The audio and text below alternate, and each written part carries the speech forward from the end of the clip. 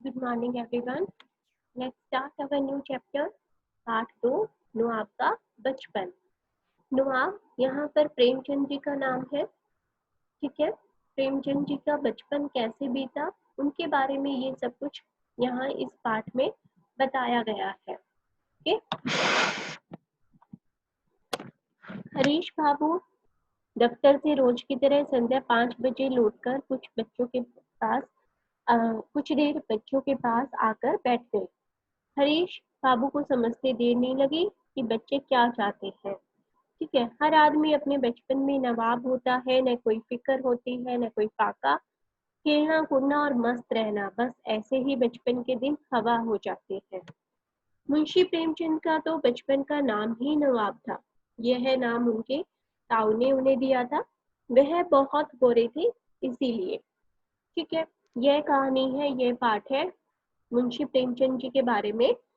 मुंशी प्रेमचंद जी का बचपन का नाम नवाब था और ये नवाब नाम उनके ताऊजी ने उन्हें दिया था। उनके पिताजी ने उनका नाम धनपत राय रखा था। प्रेमचंद के नाम से तो वो बहुत बाद में जाने गए थे। उनका जन्म 31 जुलाई 1880 को लम्हे गांव में हुआ था और लम्हे लखनऊ से आजमगढ़ जाने वाली सड़क पर है, यानी कि उत्तर प्रदेश में है। नवाब के पिता का नाम मुंशी अजायब लाल था और वो एक डाक मुंशी थे और वो बहुत ही नेक और ईमानदार इंसान थे और उनके काम की हमेशा बहुत तारीफ होती थी और उनके अफसर भी उनसे बहुत खुश रहते थे। नवाब की माता का नाम आनंदी देवी था। वो ज्यादा पढ़ी लिखी तो नहीं थी, लेकिन अपने काम में, अपने गृह कार्यों में बहुत निपुण थी और बहुत सुंदर थी। उनकी एक बहन भी थी जो उनसे बड़ी थी, उनका नाम सुगी था। अपने नवाब अपने माता पिता के इकलौते बेटे थे, तो माता को उनकी बहुत फिक्र रहती थी। उन्हें जरा सा भी कुछ हो जाता था तो टोने टोटके करने लगती थी। नवाब 8 वर्ष के हो गए तो उनकी पढ़ाई शुरू हुई। अब वो किसी विद्यालय में तो नहीं जाते थे। एक शहर से, सॉरी, उनके गांव से थोड़ी दूर पर, 2-3 किलोमीटर दूर पर एक दर्जी ने मकतब खोला हुआ था। दर्जी मौलवी थे, मकतब चलाते थे और वो पेशे से दर्जी थे, लेकिन शौक के तौर पर मकतब चलाते थे कि बच्चे आए पढ़ें, उन्हें अच्छा लगता था। तो नवाब और उनके चचेरे भाई हलदर, उन दोनों का दाखिला करा दिया जाता है मकतब में। ठीक है, अपना खाना चने वगैरह वो लेकर जाते थे। लेकिन प्रेमचंद जी एकदम शरारती थे। दोनों ही भाई एकदम शरारती थे और वो कभी भी कक्षा को अटेंड नहीं करते थे। बहुत ही कम मौका होता था, जैसे ही उनके टीचर इधर उधर गए और अपना वो भी निकल लेते थे। कभी तो थाने के सामने सिपाहियों की कवायद देखते थे और कभी किसी भालू या बंदर नाचने वाले मदारी के पीछे पीछे घूमने दिन काट देते थे। कभी रेलवे स्टेशन की ओर निकल जाते और गाड़ियों की बहार देखते। इतना गाड़ियों का टाइम टेबल तो शायद वहाँ स्टेशन मास्टर को भी नहीं पता होगा जितना इन दोनों को याद हो गया था। इस तरह नवाब के बचपन के दिन तेजी से बीते थे और गर्मी आती थी तो पूरा टाइम आमों के बाग में गुजार देते थे और कभी आम का पन्ना बनाकर पीते थे। आमों को भूनकर पन्ना बनाया जाता था और जाड़े के दिनों में दोनों भाई कोल्लू पर पहुंचकर गरम गरम गुड़ खाते थे। और नवाब जी को तो प्रेमचंद जी को तो गुड़ इतना पसंद था कि जब एक बार उनकी माता श्री अपने मायके गई हुई थी, उनके मामा के घर गई हुई थी, तो उन्होंने 3 महीने में 40-50 किलो गुड़ खा लिया था। ठीक है। एक किस्सा और बताया गया है यहाँ पर नवाब का, कि उन्होंने एक बार बचपन में 1 रुपया चुराया था, क्योंकि हलदर और नवाब दोनों भाई मेला देखने जाना चाहते थे और मेला देखने के लिए छुट्टी मिलने पर नवाब को छुट्टी मिल गई थी, लेकिन छुट्टी मिलने पर हलदर को भी वहां पहुंचना था। लेकिन इसी बीच में मौलवी साहब को पता चल जाता है कि ये दोनों भाई मिलकर मेला देखने जा रहे हैं, तो उन्हें हलदर को घर जाना पड़ा और उसे बहुत मार पड़ी। नवाब घर पहुंचे तो देखकर घबरा गए। मार तो नहीं पड़ी लेकिन डांट खूब पड़ी। मतलब हलदर की तो बहुत पिटाई हुई, लेकिन नवाब बच गए। लेकिन नवाब को इस नासमझी से एक सबक मिलता है, ठीक है। और वो सबक ये होता है कि वो आगे से इस गलती को नहीं दोहराएंगे, ऐसा चोरी करने का अपराध वो दोबारा नहीं करेंगे।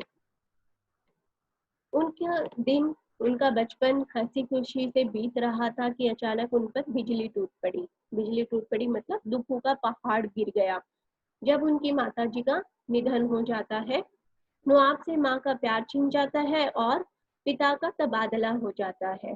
तो वो अपनी दादी के साथ रहना शुरू कर देते हैं, लेकिन दादी इतना ध्यान नहीं रख पाती तो नवाब बुरी संगत में पड़ जाते हैं और उन्होंने बीड़ी सिगरेट पीना भी शुरू कर दिया। तब उनकी केवल उम्र 12 वर्ष थी। इसी समय नवाब की जिंदगी में एक नया मोड़ आता है कि उन्हें तिलस्म और अय्यारी के किस्से कहानियां पढ़ने का भी शौक लगा। उर्दू में लिखी मोटी मोटी अनेक किताबें पढ़ डाली और उन किताबों को पढ़ने के बाद उन्होंने खुद एक कहानी भी लिख दी। ठीक है। आप जब किसी चीज को ज्यादा पढ़ने लगते हो, किसी चीज में ज्यादा इंटरेस्ट लेने लगते हो, तो आपका ध्यान अपने आप ही उधर चला जाता है। तो उन्होंने भी एक कहानी खुद से भी लिख दी।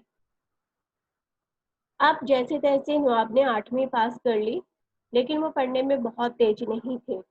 ठीक है, तो अब थोड़ी दूर उन्हें जाना पड़ता था, काशी के क्वींस कॉलेज में अब उन्हें पढ़ना पड़ता था। साथ साथ उन्होंने एक बच्चे को ट्यूशन पढ़ाना भी स्टार्ट कर दिया था ताकि अपना गुजारा वो खुद से कर सके।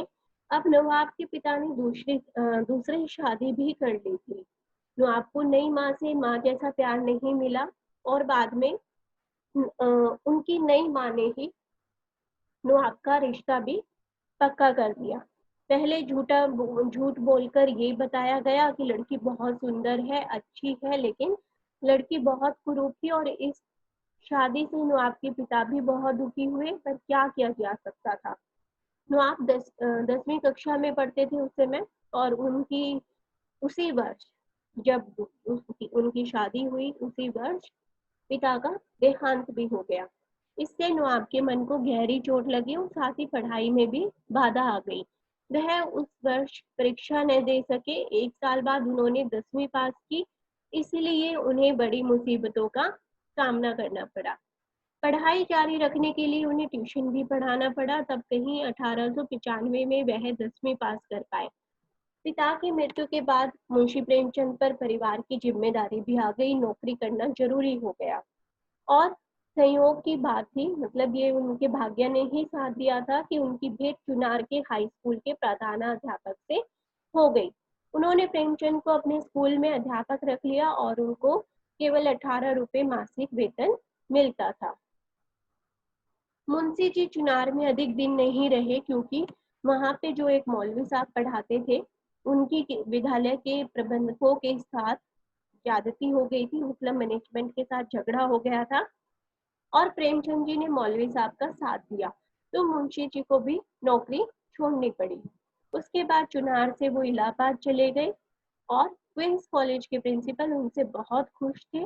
वह उनसे मिले और प्रिंसिपल साहब की सिफारिश पर बहराइच में अध्यापक की नौकरी उन्हें मिल गई। बहराइच में भी मुंशी जी ज्यादा दिन नहीं रहे, उनकी प्रतापगढ़ के लिए बदली हो गई। प्रतापगढ़ में मुंशी जी की कई साहित्यिक व्यक्तियों से जान पहचान हुई। पढ़ने लिखने के साथ साथ लिखना भी शुरू हुआ। उन्होंने उर्दू में अनेक कहानियां लिखी, वे अखबारों में छपी और इस समय मुंशी जी नवाब राय या धनपत के नाम से लिखते थे। उनका असली नाम तो धनपत राय ही था।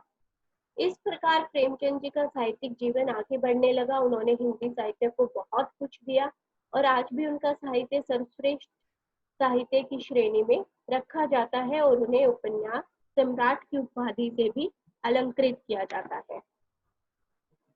ये पाठ की कहानी थी। अब अभ्यास कार्य करते हैं। नीचे दिए गए प्रश्नों के उत्तर एक शब्द या एक वाक्य में लिखिए। नवाब के पिता ने उनका क्या नाम रखा था? नवाब के पिता ने उनका नाम धनपत राय रखा था। उनका जन्म कहाँ हुआ था? उनका जन्म लम्ही गांव में हुआ था। और उनकी माताजी का क्या नाम था? आनंदी देवी। प्रेमचंद ने सबसे पहले कहाँ नौकरी की और उन्हें कितना वेतन मिलता था? चुनार के हाई स्कूल में एक अध्यापक के तौर पर उन्हें 18 रुपए मिलते थे। मतलब चुनार के एक हाई स्कूल में वो पढ़ाते थे, एक अध्यापक के रूप में उनकी नौकरी लगी थी और उन्हें 18 रुपए मिलते थे। प्रेमचंद को हिंदी साहित्य में किस उपाधि से अलंकृत किया जाता है? उपन्यास सम्राट की उपाधि से। नवाब किसके साथ और कहाँ पढ़ने जाया करते थे? नवाब अपने चचेरे भाई हलदर के साथ मकतब में पढ़ने जाया करते थे। प्रेमचंद के पिता क्या करते थे और उनके अफसर उनसे बहुत खुश क्यों थे? प्रेमचंद के पिता डाक मुंशी का काम किया करते थे और वो बहुत ही ईमानदार और नेक दिल इंसान थे, इसीलिए उनके अफसर उनसे बहुत खुश रहते थे। नवाब की खुशी के दिन समाप्त क्यों हो गए? जब नवाब की माताजी का देहांत हो गया तब मानो उनकी खुशी के दिन समाप्त हो गए। नवाब की माँ कैसी थी? नवाब की माँ बहुत ही सुंदर और गुणवान थी और अपने गृह कार्यों में अति निपुण थी। ठीक है, अब हमें दीर्घ उत्तर करने हैं। दीर्घ उत्तर मतलब लॉन्ग क्वेश्चन करने हैं। बचपन में प्रेमचंद पढ़ाई न करके क्या क्या किया करते थे? बचपन में प्रेमचंद पढ़ाई न करके कभी थाने के सामने सिपाहियों की कवायद देखा करते थे, तो कभी बंदरों और भालू का नाच देखने चले जाते थे और कभी कभी रेलवे स्टेशन पर बैठकर गाड़ियां देखते रहते थे और गर्मियां आने पर आम के बागों में अपना पूरा समय व्यतीत करते थे। ठीक है। प्रेमचंद को गुड़ बहुत अच्छा लगता था। कैसे? स्पष्ट कीजिए। कैसे मतलब आपको उधर इधर वो उदाहरण बताना है जो आपने पाठ में पढ़ा है। प्रेमचंद जी को गुड़ सच में बहुत पसंद था।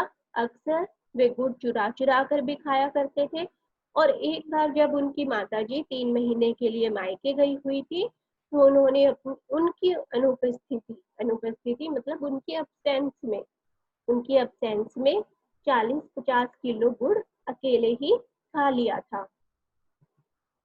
प्रेमचंद से बचपन में क्या गलती हुई थी? उन्होंने इसके बाद क्या फैसला किया?